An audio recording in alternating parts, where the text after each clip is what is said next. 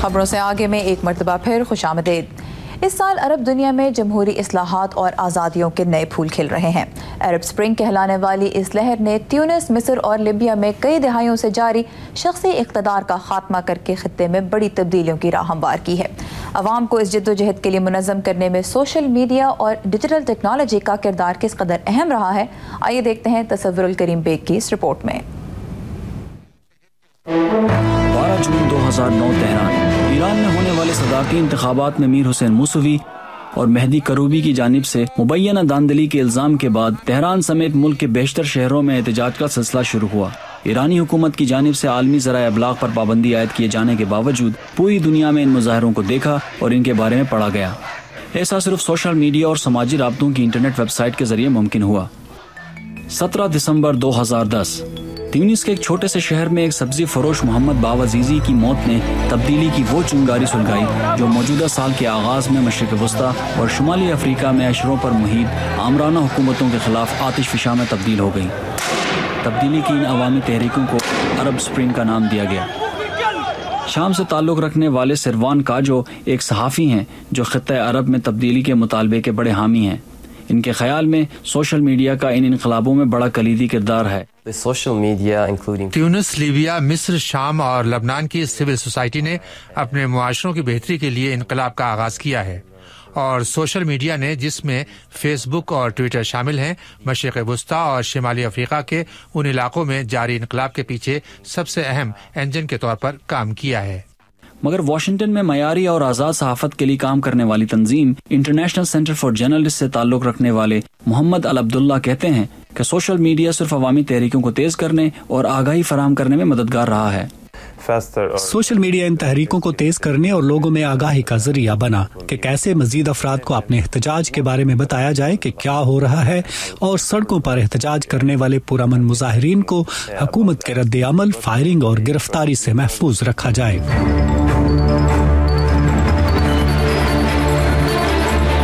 مصر میں 28 سالہ خالد کی پولیس تشدد میں ہلاکت کی خبر اس عوامی احتجاج کی بنیاد بنی جس نے صدر حسنی مبارک کی حکومت کو صرف 18 روز میں ختم کر دیا۔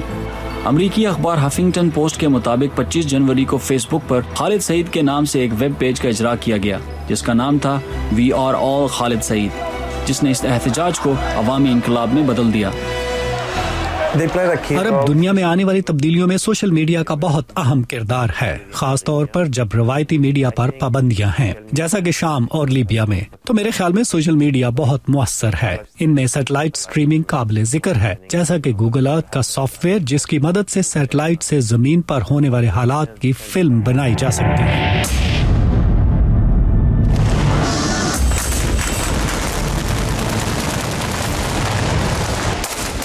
15 فروری 2011 کو لیبیا کے شہر بنغازی میں انسانی حقوق کے کارکن فتح تاربل کی گرفتاری نے 8 ماہ تک جاری رہنے والی ایک خونریز جدوجہد کے بعد کرنل قذافی کی 42 سالہ حکومت کا خاتمہ کیا۔ شام اور یمن میں بھی جہاں میڈیا پر حکومتی پابندیاں ہیں، سوشل میڈیا نے ایک بہت اہم کردار ادا کیا۔ ان تحریکوں سے وابستہ افراد جیسے سروان کاجو کے مطابق شام میں جاری تحریک کے خلاف حکومت ریاستی تشدد کے ساتھ ساتھ اب سائبر جنگ میں بھی مصروف نظر آتی ہے۔ میرے خیال میں دنیا بھر میں ریاستی جبر کرنے والی حکومتوں پر سوشل میڈیا کا بہت اثر ہوا ہے، اور اگر نہیں تو آپ مجھے بتائیے کہ شام کی حکومت نے اپنی سائبر فوج فیس بک اور ٹویٹر کے استعمال کرنے والوں کے خلاف کیوں بنائی ہے؟ اس لیے کہ وہ خوفزدہ ہیں، کیونکہ یہ لوگوں کی ذہنی تبدیلی کا مؤثر طریقہ ہے۔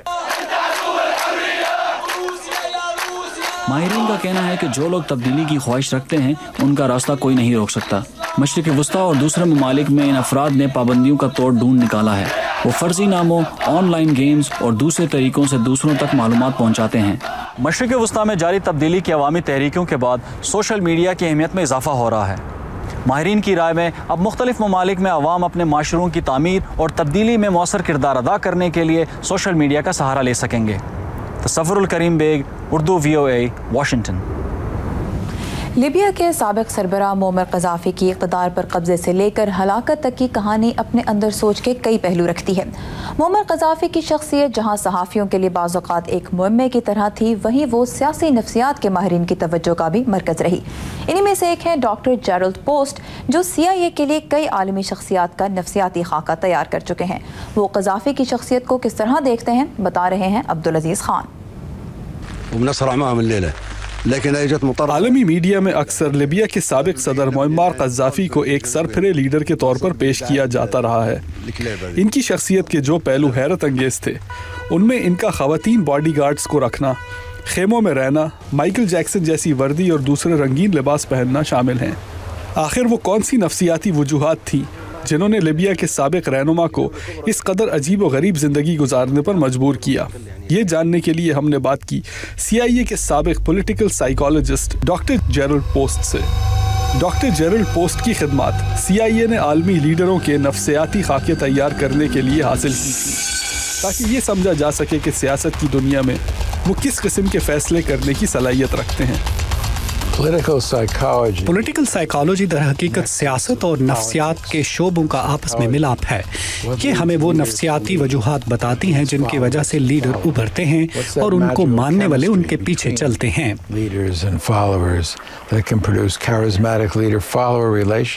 CIA کے لیے جن عالمی لیڈروں کے انہوں نے نفسیاتی خاکے بنائے اس میں صدام حسین بھی شامل تھے.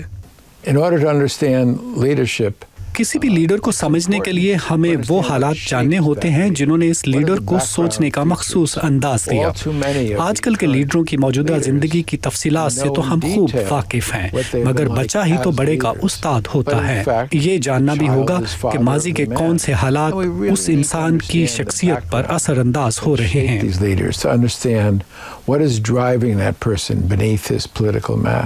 وہ کہتے ہیں کہ لیبیا کے سابق رہنما کا ذہن ایک عام انسان کے مقابلے میں بالکل مختلف انداز میں کام کرتا تھا. ان کا حلیہ خیمے میں رہنے کی خواہش اور عجیب و غریب سیاسی فیصلوں کی وجہ بھی ان کے بچپن کے چند حالات تھے. وہ ایک مختلف دھن پر چلنے والے انسان تھے. ان کی پیدائش شہر سے باہر ہوئی، یعنی وہ ایک ریگستان کے بدو خاندان سے تھے.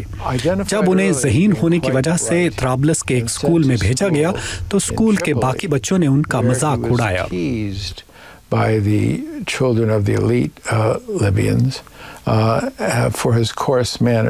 اس رویے کا قذافی کی ذاتی شخصیت پر اتنا گہرا اثر ہوا کہ انہوں نے گھر کو چھوڑ کر خیمے میں رہنا شروع کر دیا. وہ اپنے آپ کو اس مقام پر نہیں دیکھ سکتے تھے جہاں سے وہ بچے آئے تھے جنہوں نے ان کو بچپن میں ستایا تھا. ان کے عجیب و غریب سیاسی فیصلوں کی وجہ بھی یہی نفسیات بنی. اگر کوئی بھی گروہ انہیں یہ یقین دلا دیتا کہ وہ اقتدار کے خلاف ہے تو اس کو قذافی کی حمایت حاصل ہو جاتی. اس میں آئرش ریپبلکن آرمی جیسے بھی گروہ تھے جن سے انہیں کوئی بھی فائدہ نہ تھا. اپنے لیے کرنل کا لقب منتخب کرنے کی بھی یہی وجہ تھی. صدر، وزیر اعظم یا جنرل ان کی نظر میں اسی طبقے کی تصویر لے کر آتے تھے جس نے بچپن میں ان کا مذاق اڑایا تھا. کرنل فوج کا سب سے بڑا عہدہ نہیں ہوتا، مگر کیونکہ ایک طاقتور عہدہ تھا اس وجہ سے ان کا لقب بن گیا. Abdul Aziz Khan, Urdu VOA، Washington. یہاں پر ایک بریک اور صحافت کا پولیٹزر پرائز جیتنے والی کچھ یادگار تصاویر آپ دیکھ سکیں گے. اس بریک کے بعد ہمارے ساتھ رہیے گا.